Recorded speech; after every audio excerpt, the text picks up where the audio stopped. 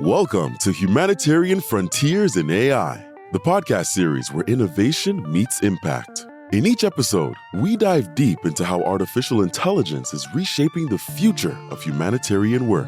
From enhancing crisis response to making aid delivery smarter and more effective, AI is opening new doors in the way we support communities in need.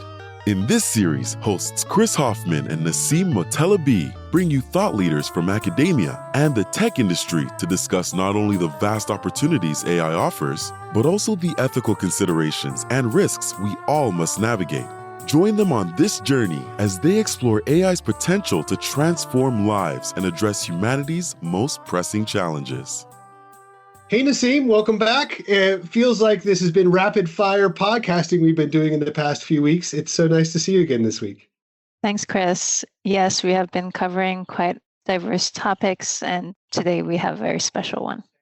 Absolutely. I think it is very special, not only because our benefactor, the Humanitarian Innovation Program at Innovation Norway, is here joining us today, but with some other great colleagues. And so I really want to welcome them here. We've got Therese Marie Uppstrøm Pankratov from the Humanitarian Innovation Program at Innovation Norway, where she's the head of the HIP. We've got Sian White, who's with the United Kingdom's Humanitarian Innovation Hub, hosted by Elra, and she's the director there. And we've got Zainah Alsamman, who's with Creating Hope in Conflict, which is part of kind of the Grand Challenges Canada portfolio, and she leads that as the Senior Program Manager. So welcome, everyone. It's great to have you all. Thank you. It's good to be here. Awesome. Well, truth be known, we have been on panels before, but the last time I was getting asked the questions by others, so it's really nice to sit here and be able to ask you guys questions and be on the other side of the panel, so to say. And Nassim and I were talking before the call, and as we were discussing in our green room, so to say, in Teams, I used what we call a soft term, which is the whole sector in and of itself is in flux. And that is facilitated quite dramatically because of the changing funding landscape. And is because the three of you sit kind of on the donor side of the house, we thought maybe it would be good to start the conversation with what you're feeling. And you can bring out your own personal feelings, but kind of what you're feeling as a donor that you're seeing, what's shaping your current decision-making, not just in 2025, but as we look to 2026. What are the things that are stirring currently given this space? And maybe we start with Sian on that, and Sian from the UK, because the UK just made their announcement just a few weeks ago. And really, where does that sit, and how is that going to change potentially the landscape of AI and innovation in the humanitarian sector? Thank you, Chris, and really excited to be joining today. I mean, let's face it, it's a really grim time, and it's pretty hard at the moment to see pinnacles of kind of hope amid these pretty drastic funding cuts across bilateral donors. At the same time, I guess I've been trying to tune in to a lot of the conversations that have been happening online or in different sort of networking spaces around, well, how do we think differently about the future? Is this a call for massive reform? Is this going to lead to that classic kind of conundrum of like, are we just fixing and dabbling and tweaking the branches, or are we really dealing with some of the root causes of this fragility that we face at the moment?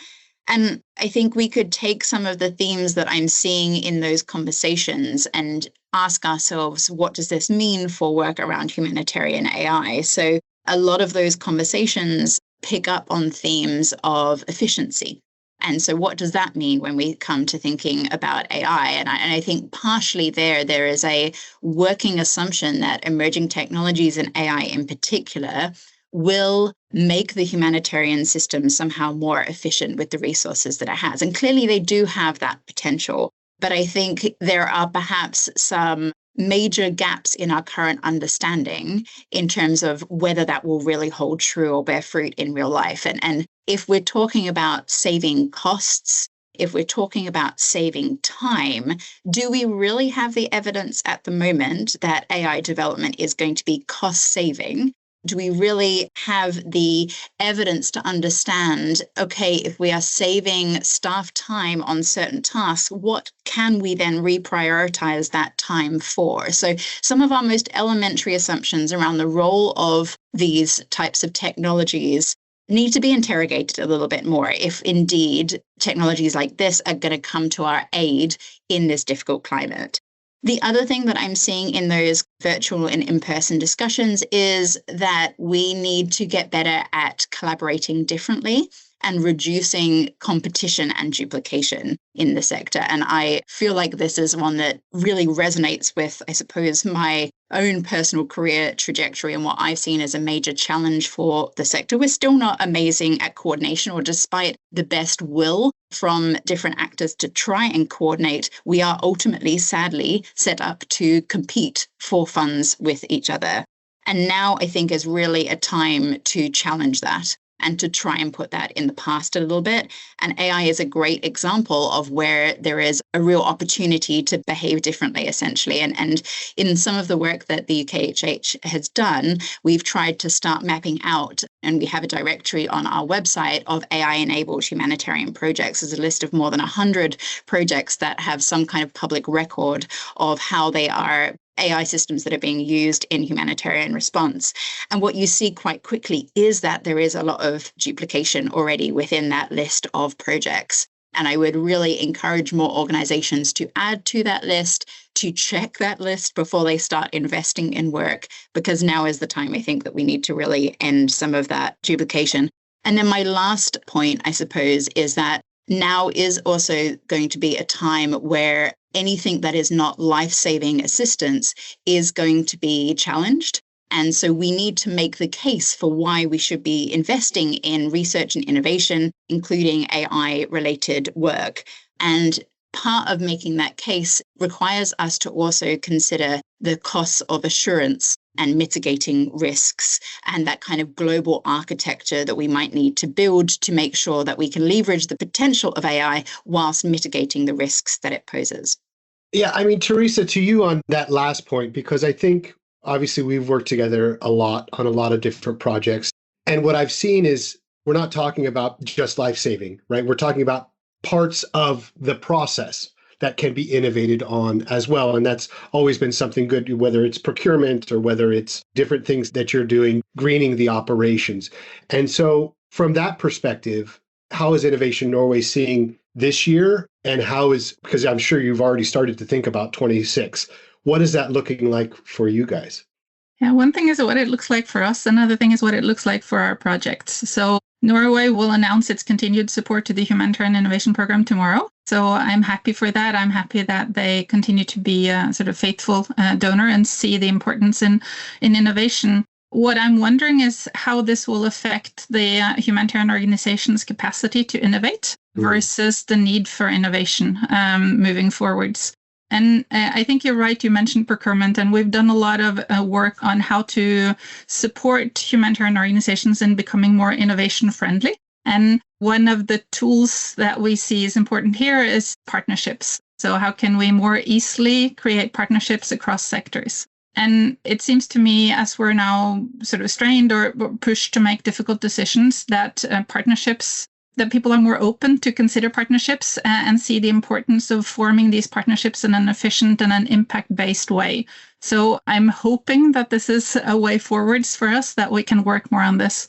Another thing that we've worked on a lot is sometimes we call it business models, sometimes we call it systems innovation, but we see that any innovation that we introduce to the humanitarian sector, if it has the potential for a large impact, it often pushes on the system and requires the system to change or adapt to be able to reach the impact that it can reach. And I think AI does that. It pushes on our system. We can't just take one tool out and put AI in and things will move forwards, but better.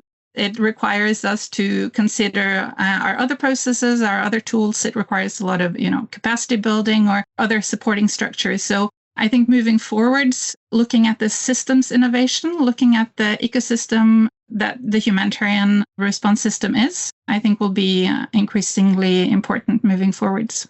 Thanks, Theresa. And to your point about capacity building and systems innovation, I think it's very much tied to what Sian was discussing around efficiency gains, impact, evidence collection, but also what does it take to actually receive the promise of AI in our sector?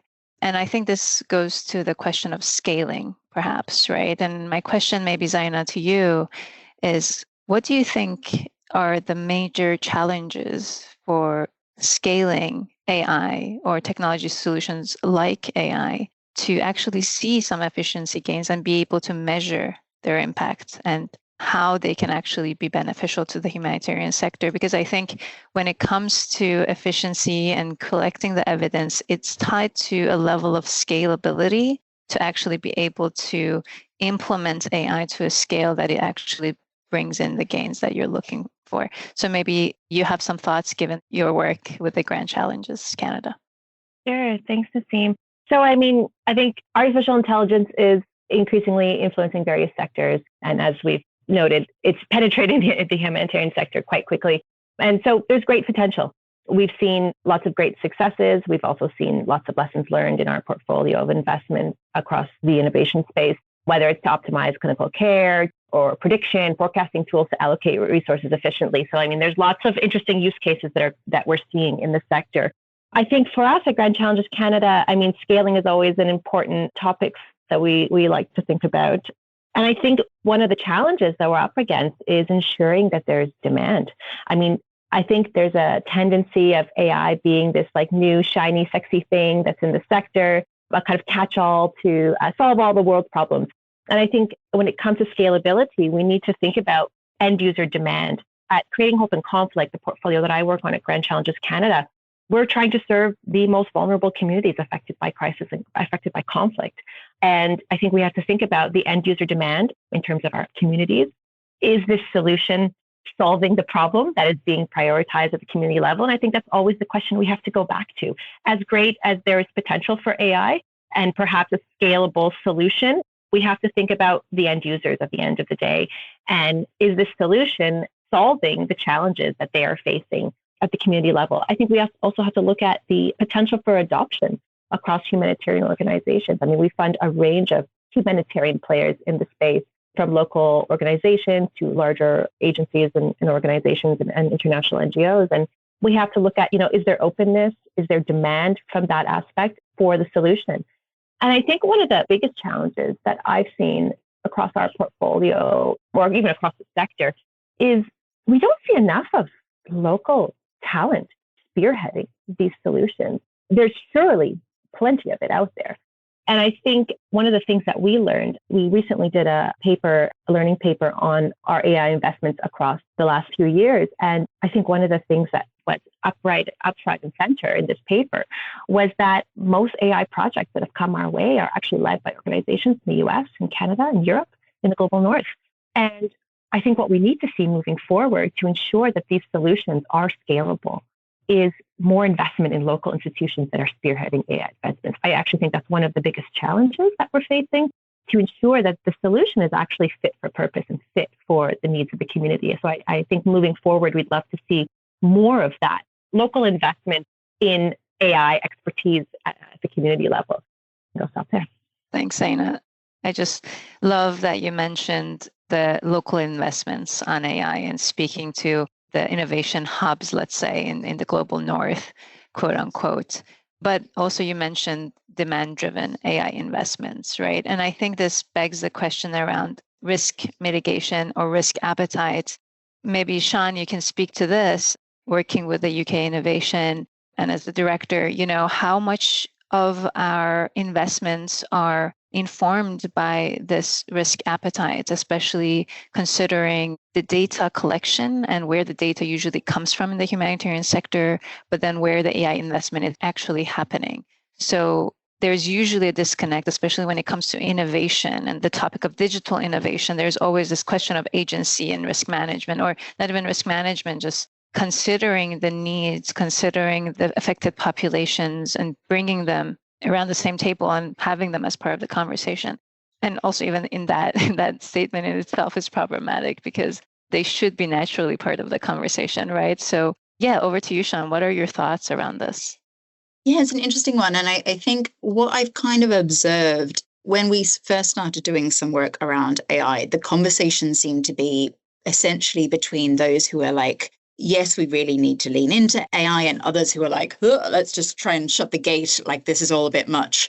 And I think we have moved on, even in the last year, to a slightly different debate, which is that there seems to be a tension at the moment between responsible AI and innovative AI. And this is something I think we're even seeing play out in government discourse. Like even over the last year or 2 years, we had in the UK, Rishi Sunak bringing people together for the AI Ethics Summit, trying to position the UK as quite a leader in that particular side of the AI debate.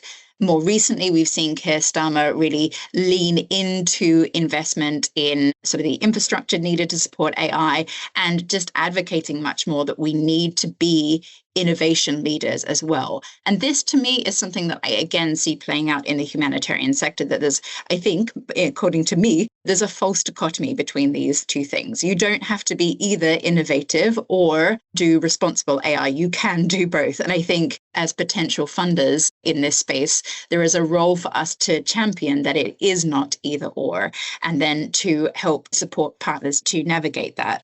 I think what we've seen already with our AI work is that there's a tendency for many organizations to feel a degree of FOMO, essentially, a worry that it's moving all very quickly. They want to be involved. They don't want to be left behind. And then that, we all know that that's likely to result in perhaps not the best decision making, right? And so through some of Elra's work to support a cohort of 10 grantees through a learning journey over 20-something weeks, the emphasis there was really starting with a problem and figuring out if AI should be an appropriate solution to that problem, and then scoping out briefs. Basically, not running straight into development, but helping organizations to take stock, to learn a little bit, to slow down, to build organizational readiness, and to think carefully about forming the right kind of partnerships, and to encourage them to be more aware of the points along a AI innovation journey where they might come into some of those stumbling blocks that you spoke to at the beginning, Chris. What are the points where ethical conduct and humanitarian principles need to be informing at each stage of that journey? And equally, as you said, Nasim, there is a tendency, as we've seen with innovation writ large, to not necessarily always bring populations and frontline humanitarians into the process from the outset. I think there are now quite a few pieces of small-scale research which actually show that for some crisis-affected populations, their tolerance of risk might be higher than that of humanitarians themselves. And I think that probably is born out of the fact that many populations recognize that the current way that decision-making happens within the aid system is imperfect and influenced by all sorts of human biases and political trends. In some cases, populations or projects that have explicitly sought the input from affected populations have preferenced AI systems, or at least AI systems that are used jointly with human decision-making, because they feel like it might bring greater neutrality. In some of our own work around participatory AI that we've been doing with our leading partners, Nesta, they've been developing a structured process for involving community views. And I think there's a worry from many actors that involving community seems like a massive, complex process. Like, how do you even bridge the linguistic divides that between technologists and frontline populations? But they've been able to show that actually, even if you have a fairly low literacy, if things are explained well, then there is a easy enough way to engage people. And the value of that was really felt by populations, sort of 90-something% of participants really feeling like they want to be engaged in these types of conversations. So I think those barriers are there, but they are possible to navigate in an unburdensome way. Zainah, go ahead. Yeah, I think I just wanted to underscore the point that Sian's making and this idea of responsible AI. I think as humanitarians, first and foremost, we need to ensure that we are being responsible data custodians. And that extends to not only principles of do no harm, but thinking about principles of do no digital harm. And these principles should not be an afterthought. And I think in the flurry of trying to develop really innovative and really bold solutions, I think we need to constantly remind ourselves and come back to this point of that needs to be the sort of do no harm, and a risk mitigation needs to be at the forefront of our decision making. And the stakes, I think, in a lot of the settings that we invest in particular at Creating Hope in Conflict, are incredibly high. We have risks of data breaches, hacks, exposures can potentially cost lives in areas of active conflict or fragile settings. Personal data can be exploited for targeting or discrimination. And so for us at the funding stage, when we want to consider, really any type of technology, any type of solution, but in particular now amidst this sort of frenzy of AI informed and fueled ideas that are out there, we really want to see, the demonstrated evidence that your organization has really thought through this aspect. And like I said, it can no longer be an afterthought, and it shouldn't be an afterthought. And I think that we've learned through our several years of sort of investing in this space that deeper due diligence in this area is really critical. And consultation with expertise in the digital sort of security realm is really important. And we really want to see evidence from potential grantees and innovators in this space, to see how are you ensuring that you're protecting the end users from undue harm. And I think that is paramount. And as Sian mentioned, starting with the problem. What is the problem that you're trying to solve? Is AI actually the solution to solving that problem? And if it is, then great, carry on. But I think ensuring that your solution fits your problem and that the end user safety and security is actually at the forefront of your decision-making process, and ensuring that innovators are adhering to stringent data protection standards and best practices related to no digital harm, for example, and ensuring that they're sort of taking the steps or demonstrating the steps and the know-how to eliminate risk of bias, for example, challenges of consent, of data usage, and those sort of challenges that emerge in this space. And so I think I just want to sort of underscore the sort of importance of, our role in the humanitarian sector as data custodians for some of the communities affected by crises, and, just really underscoring that role that we play here to ensure that we're not causing undue harm. Yeah, absolutely. Teresa, such a rich conversation. And there's a piece to it that I wanted to raise again, seeing and working with you for many years, right? It's really been almost 5 years we've been working together on different projects. And what I've always really treasured about listening to you and seeing the way that you work and your team works is that there is an idea behind pushing the envelope a little bit, right? You do see that there is high potential in certain technologies potentially, or in certain actions. There are, whether it be blockchain and whether it be with identity, whether it be with communications, and now whether it be with AI and your latest call at the hip. And so two kind of questions that I wanted to pose to you. One is, it goes back, we started to touch on risk appetite, and we started to kind of build the groundwork up on how we increase our tolerance, so to say, of risk. But then how do we also allow for innovation, not just AI, but innovation in and of itself to also happen, right? Because innovation tends to be in things that tend to be higher risk in many ways, not always, but in some cases. So the first question is, how are you balancing that? And how have you balanced that? And what's your mindset around that balance of that piece of pushing the envelope? The second thing that I wanted to ask is, you have a very unique approach as the HIP in terms of the way that you create the partnerships, where you do kind of a 50-50, where you will give 50% and then technology partners, those experts in a field, if it is a technology innovation or another innovation, contribute as well. And understanding that cost component, because we are talking about the implementation of AI in the humanitarian sector and the pitfalls we need to be careful for. But we also need to recognize that there is a very inherent cost to that, and that upfront cost tends to be much higher than the traditional ways of working, right?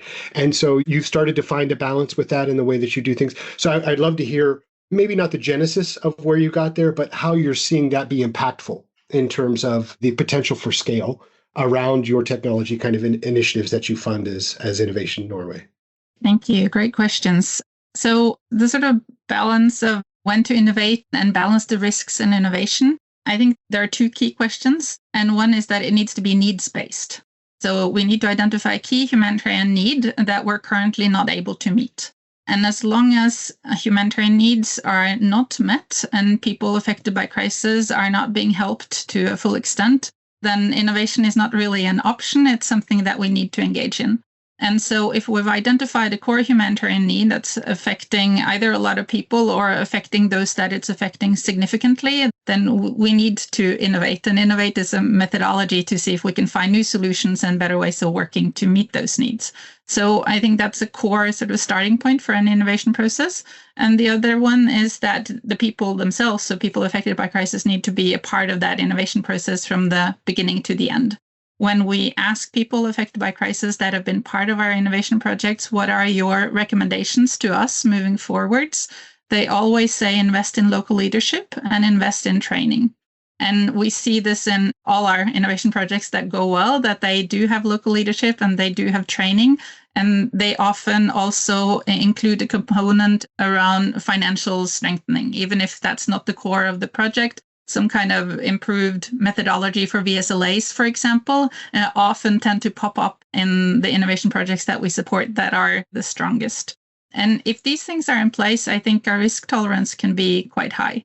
And I keep sort of coming back to what Sian and Zainah has always also spoken about around data, because data is a core part of AI. And I think the lack of data or wanting more data has been this core challenge that we've spoken about since I started working in the humanitarian sector for 2 decades ago, right? And now I think we can see a potential for the impact of having data and of using data in a whole different way. And a question that I keep coming back to is how can we have informed consent with people that are affected by crisis and how their data is collected, what kind of data is collected, and how it's being used, so that we can thoroughly say that the people that we're working with, they know what kind of data we have and they know what it's going to be used for and they know the risk associated with it, and they make an informed decision that I'm willing to make this investment, I'm willing to have my data used for access to a service or a tool or support in one way or another. These are decisions that we make daily, right? And so I think we need to make that an option for everybody, also the majority of people affected by crisis. And so that's the question I keep coming back to. How can we facilitate this process in a sound way? And another thing that I sort of keep thinking about when it comes to local leadership around this is the digital divide and how this is affecting the development of AI now. And I think bridging this digital divide is becoming urgent so that we can ensure that the risks that we're talking about now around biased algorithms and so on are not too entrenched in the tools that are being developed, that we get this right from the beginning, because that's going to make the impact so much better. When it comes to funding, this is a challenging one. So we invest in innovative financing in 2 ways. We both challenge the humanitarian organizations and say that if you have an innovative financing project that you want to develop or explore, then we can support you doing that. But then we also have an element of innovative financing in our own funding scheme, and that we say that if you want to scale an innovation, we require you to match our financing with financing from the private sector. And currently our definition of what type of funding this could be is very wide, because we want to explore together with our partners how can we use public funding to leverage other types of funding. So this can be an investor coming in and investing in the solution. It can be in-kind support from the private sector partner in the innovation partnership, or it can be impact bonds or loans or other types of financing. It's also an element of quality insurance in that, and that we're not the only one that would like to invest in this. Others see the impact and see the potential in the solution. And the fact that we've introduced this element also means that we can support an innovation project for longer. And we know that if we let go of an innovation too early, chances that we're going to see it implemented and adopted in the sector is very low. So it allows us to be that stable partner for an innovation project that is showing impact.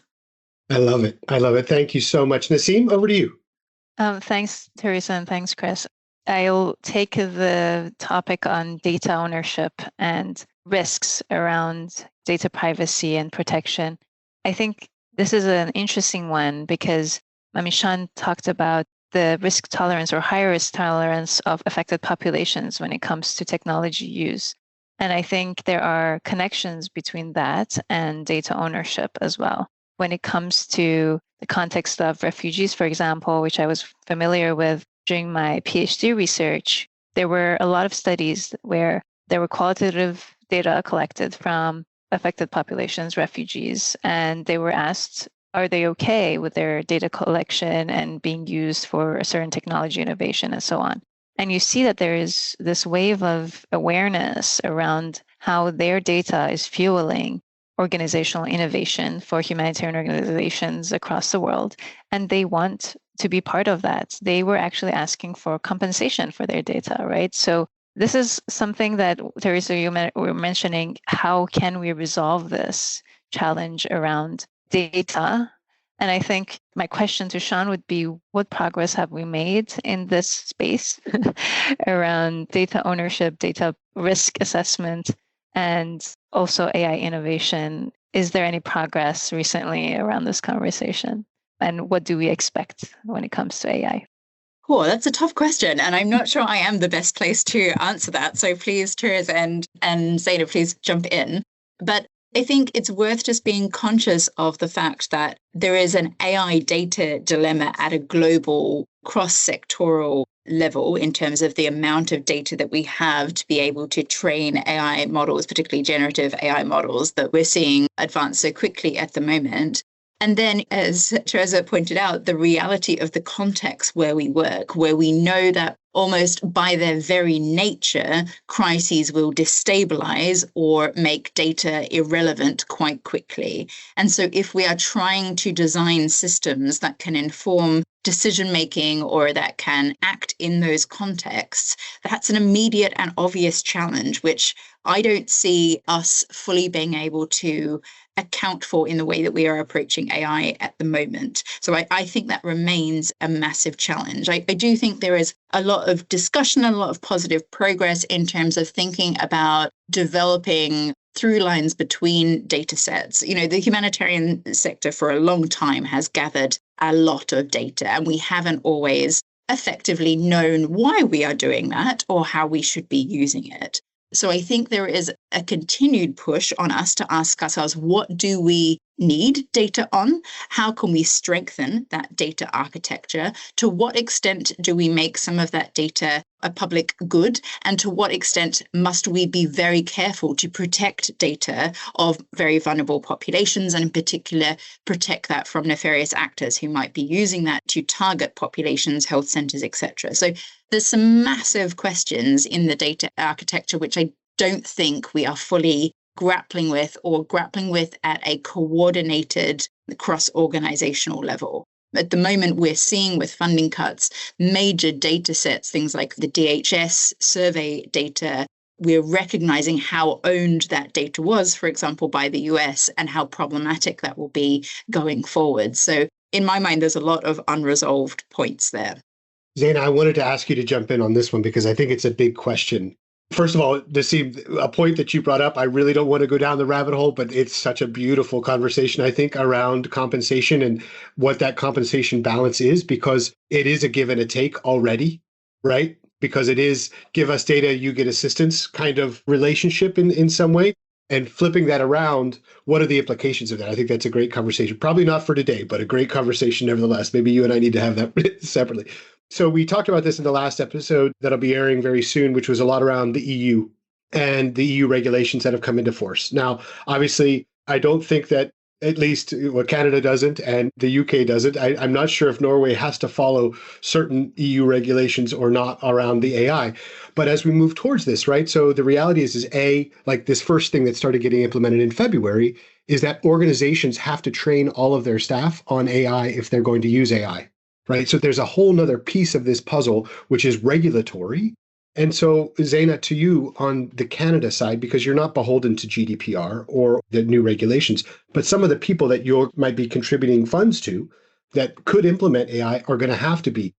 The reason why I ask it is not because of wanting to put you on the spot by any stretch of the imagination, but it is also us trying to identify what are the kind of the gaps that we need to start addressing in our development of programs and our development of funding calls, to make sure that while it's responsible, it's also governed correctly. It also is following the regulatory kind of structures that are in place. Sian? Yeah, maybe I could add to that, because I think this has been bubbling up for us as a big emerging challenge for the sector. And in fact, some of your listeners may know that we have a humanitarian AI newsletter which comes out monthly. And this upcoming episode, if people sign up, I can maybe share a link with you, Chris. Yeah, we'll put it on the site. But the upcoming episode is about governance. And so the way that we're starting to think about that is there's a degree of governance, decision-making, sort of readiness that needs to happen at an organizational level. There are governance mechanisms that need to exist for the humanitarian sector, and recognizing that we are different to other sectors. We are governed by humanitarian principles, for example. How do we bring out all of that in our sector-specific governance?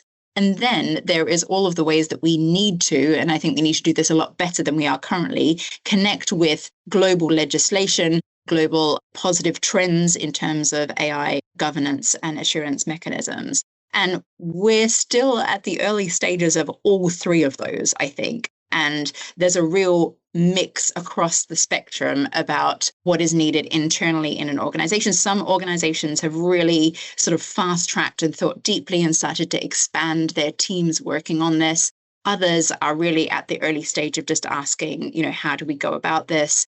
I think in terms of that middle layer about governance mechanisms for the humanitarian sector, the one thing that is clear to me is that it's not one mechanism that we need to support governance. It's actually a range of measures that need to be in some way not funded and supported just by the organizations themselves. So, for example, humanitarian organizations, no matter which level that they operate at, I do not think they have the funding nor the technical expertise to effectively do assurance or things like red teaming to the extent that is necessary for responsible AI.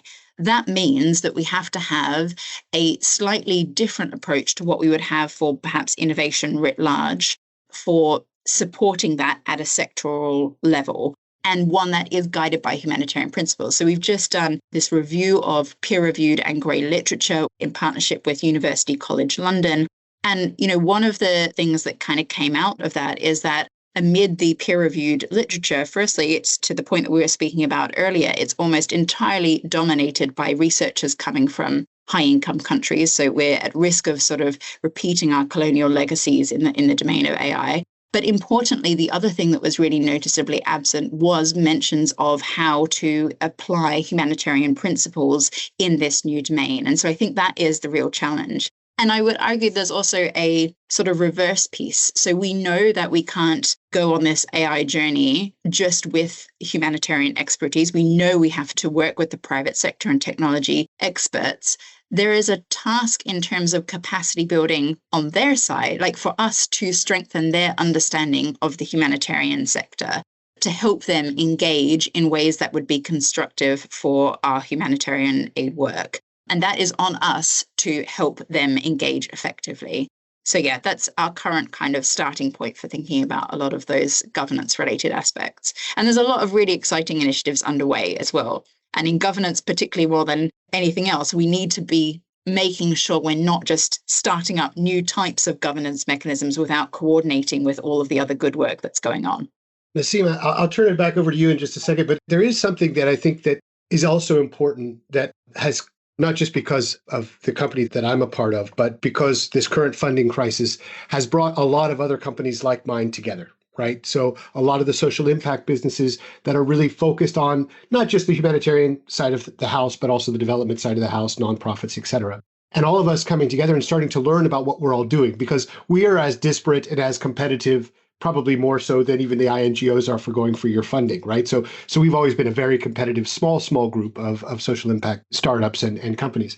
But there are actually AI companies solely focused on working in the humanitarian sector and working in the nonprofit sector that have all of that stuff. And so I think that there's also a gap, and this is just a point, this is a little bit of grandstanding, so you'll excuse me, but this is a little bit of a gap that I see, is that the humanitarian sector engaging with the social impact organizations that are actually there to do good and actually understand the principles and want to work together, that are missing out in the conversations because A, they can't do pro bono work because they're much smaller companies.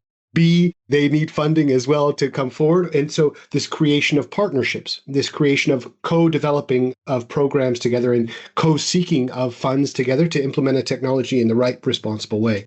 And so, again, I think from the GCC perspective, and I know very much so from at least the Innovation Norway perspective, that you guys really are keen on these partnerships. And so as Sian is saying, we need to have these people together. Maybe Zainah, well, Naseema, I'm going to let you ask the question, but maybe Zainah, at some point before we end the podcast, I'd love to hear your take on partnerships, especially with technology companies or social impact businesses, and even the local organizations, because the partnership can be just as fruitful. It doesn't have to be with an INGO, et cetera. But Naseema, I don't know if you want to add to that before Zainah comments. No? Okay, Zainah, go ahead. Yeah, I mean, I think at Grand Challenges Canada, as well, specifically with the Creating Hope in Conflict portfolio, I mean, this idea of partnerships with the private sector is an important theme. We do believe that there's opportunities for humanitarian players and the private sector to tap into each other's resources. And as you rightfully pointed, in the private sector, we have a range of AI solutions and AI expertise that's available to us and to the humanitarian sector that we can leverage. I think at Grand Challenges Canada, we're really keen on sort of fostering those partnerships in the same vein that our partners at Innovation Norway are as well, to sort of tap into each other's resources. But I think at the end of the day, it's a partnership, it's a collaboration. I mentioned earlier in the podcast the absence of locally driven solutions, and I think that's a product of like poor partnership and poor collaboration, right? Like there needs to be not only partnership with the private sector and sort of leveraging their expertise and skill set, but also partnership at the local community level. And I think what we don't see enough is investment in local organizations and collaboration with local organizations. We have a lot of these private sector companies that are trying to drive their agenda, but it really needs to be an adaptation and a collaboration with their local partners, their counterparts in these affected crises, because these humanitarian actors are the ones that are coming with that expertise, with that lens of do no harm, with that lens of how can we mitigate risk and how can we be sort of needs, as in Therese's words, needs-based and focusing on, what is that humanitarian problem that we are trying to solve? And if there's an opportunity for technology and for AI, then great, that's wonderful. But I think there's a role in collaboration where you're sort of weighing these two aspects. I think the main point is we're really trying to ensure that humanitarian actors are leveraging the expertise of the private sector, while also the private sector working in collaboration with humanitarian actors to ensure that their product or their service is fit for purpose, is fit for the context, they're mitigating harm and mitigating risk for end user populations. So speaking about this needs assessment, and I think it's the most critical component around creating the vision or having a vision around what we want to do with AI in our sector. And also, a lot of times we see private sector is interested to invest in AI for humanitarians, but the problem statement is not clear.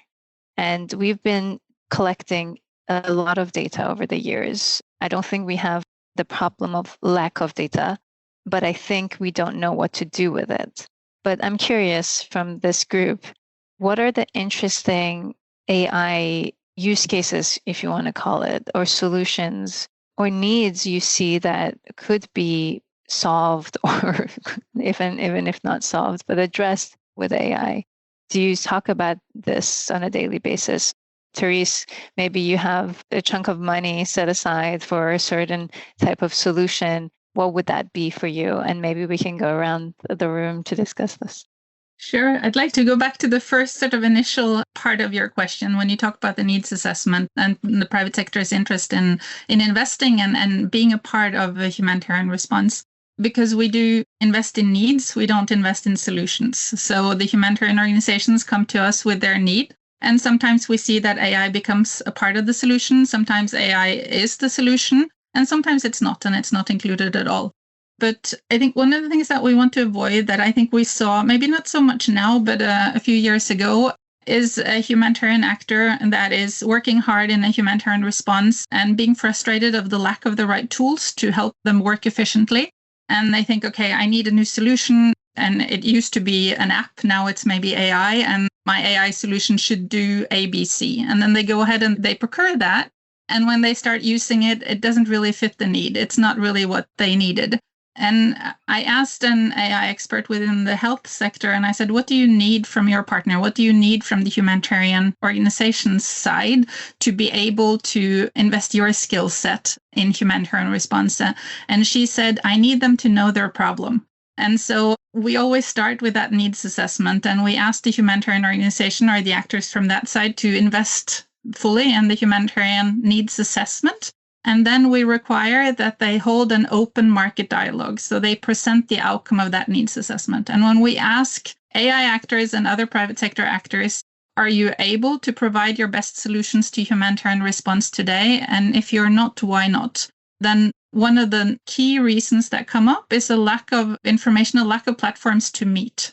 And so we require that the humanitarian organization hosts a market dialogue where they present the outcome of the needs assessment. So they educate their potential partners about what their needs are. And then they listen to the private sector and educate themselves about what are the potentials now, what can we do moving forwards. And based on that dialogue, then they choose the partnership that they want to enter into. And another thing that I just wanted to tell to the whole discussion around partnership is that for these partnerships to work well, they need to be sustainable for both parties. And open source has been mentioned here. And I think open source is a really important source of resources for a sector that is extremely constrained of resources. However, if a partnership is not sustainable for both parties, it's not going to last. And if it doesn't last, it's not going to reach its full impact. So we need to figure out how we can establish these partnerships so that they're sustainable for both. And this includes reflections around intellectual property rights, for example. Often I think we come into a partnership, we focus our sort of evaluation on what is right on the input. And we say open source, that's right, things should be free and accessible to all. Well, maybe we should shift that focus a little bit more towards the impact that it can reach. And for a lot of actors with the right skill sets for humanitarian response, intellectual property rights is their income. It's what makes them sustainable. So if they are to be able to engage in humanitarian response, they need to guard their intellectual property rights. And I think there's a lot of options within licensing that can help us bridge the challenges. So making sure that we safeguard humanitarian principles, we safeguard data protection and people affected by crisis at the same time as we allow our partners to be financially sustainable and therefore a sustainable partner for humanitarian actors. Amazing. Thank you so much. That was great. Zainah, over to you. Yeah, I want to jump in on the question of the, interesting AI use cases we've seen. And I think, we've been investing in this space. I wouldn't say certainly not exclusively to AI. I mean, we fund innovation across the humanitarian sector, but I mean, naturally, AI does feature in our portfolio, at least particularly in the last few years. And I think there have been some really interesting, fascinating use cases for artificial intelligence. And I think the two that stand out the most for me that I get excited about are the safe optimization tool, for example. And this is an investment that we made several years ago and have continued to support this solution through its transition to scale. And I think that the use case for AI is trying to manage volumes of data, right? And volumes of information. And the SWOT tool has been able to leverage routine water quality data that's already being collected by field teams and applying machine learning and modeling to really generate evidence-based and context-specific water chlorination targets in displacement settings. So it's like really cool use case for how they're taking this volumes of data that's already available and using it to optimize water chlorination in these settings. And that will ensure that they can ensure water remains safe up until the point of consumption. And so I just think that that's a really neat use case for the potential of artificial intelligence. And it also speaks to sort of the collaboration and partnership. So it was a solution that sort of was started at York University in collaboration with Doctors Without Borders, MSF. And it's just been a really neat way to sort of bridge the two organizations together and leverage and harness the potential of artificial intelligence. I think another solution that stands out to me in terms of an interesting use case is HALA Systems. And this is a solution that we also invested in several years ago. And it's an early warning system to detect incoming airstrikes and provide a 5 to 7 minute warning ahead of an incoming airstrike. And so again, we have a solution here that's been able to leverage machine learning to detect patterns in airstrikes in conflict-affected geographies. This solution has gone on to protect hospitals and schools, saving thousands of lives in northwest Syria through this AI-driven prediction system. And I think the use case for AI in this case has been like, we see a lot of predictive tools and forecasting tools. And so like these are two sort of examples that always stand out to me in terms of really neat things that are happening and highly successful, highly useful tools that are really solving an important problem in the humanitarian sector. I love it. And I actually know both of those systems and I've looked at them both deeply. So I'm glad that you used those two examples because I think they are really strong examples. But I think they also, for example, the HALO system, that's the one that gets into that really risk discussion, right? In our first podcast, we were talking about what's your risk level relevant to the error. So if the AI makes an error and doesn't say that something's coming in, and we use mine clearing as the example, but this is the same, obviously, for the missiles coming in, the airstrikes. but it's a fine example of what we're trying to do to balance and how we need to take the long game with these things and everything else. I don't know if any of you have realized, but we have already reached an hour today on chatting. And as I noticed, I think we probably could have done this for 2 hours today, but we want to respect your time and say thank you to all of you. But as Therese and Zainah just got a chance to talk, Sian, I want to give you the last space to talk about, because you talked about that list of 100 use cases that you have at UKHIH that you guys have put out there. And what feedback have you gotten from that? What's that creating in terms of the community to be able to discuss these things? Because what you said was, again, all the conversation is linked. Teresa was saying open source, potential for collaboration, licensing, et cetera. You said at the beginning, people should look at our list first because then they might see that somebody else has already built it. But are they transferable, the IP and all that stuff? We don't need to get into it. But it is a complex web that we're discussing right around this. So from your perspective, maybe just one use case that you've taken a liking to when you've read what's been done. Yeah, I think if I look down that list, there's a couple of things that stand out as the predominant areas of investment at the moment or applications that are being developed.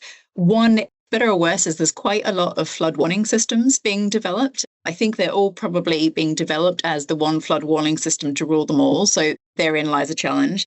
The other thing that is clear there's a lot of at the moment is exploratory work on chatbots. And I think it's always good to sense check whether something is a good idea based on one's own experiences to a degree. And as your listeners are absorbing this podcast, I would throw back to you all the times where you may have encountered a chatbot when you're, talking to your electricity supplier or, whatever it might be. Most of the time, most of us try and break the chatbot and be like, talk to an operator. And so I only flag that because I'm not saying there isn't a role for chatbots, but I feel like we need to be very conscious of what type of service we are trying to provide, what people want, and therefore whether a chatbot is the right solution. And I do think before we invest heavily in some of these forward-facing, and by that I mean for affected populations to engage in services, those to me are the most high-risk areas of AI. And there are actually a lot of quite maybe unsexy, but really important back use cases that could help us navigate some of the bureaucracy we have built within the humanitarian system. And for me, some of those are the most exciting opportunities. Because I remember there was a meme a little while back that I saw that it said something to the effect of, I don't want AI to create art or write poetry. Those are the things that I want humans to be able to do. I want AI to wash the dishes and, do the stuff that is not a great use of my time. And I think therein lies the challenge for the humanitarian sector too.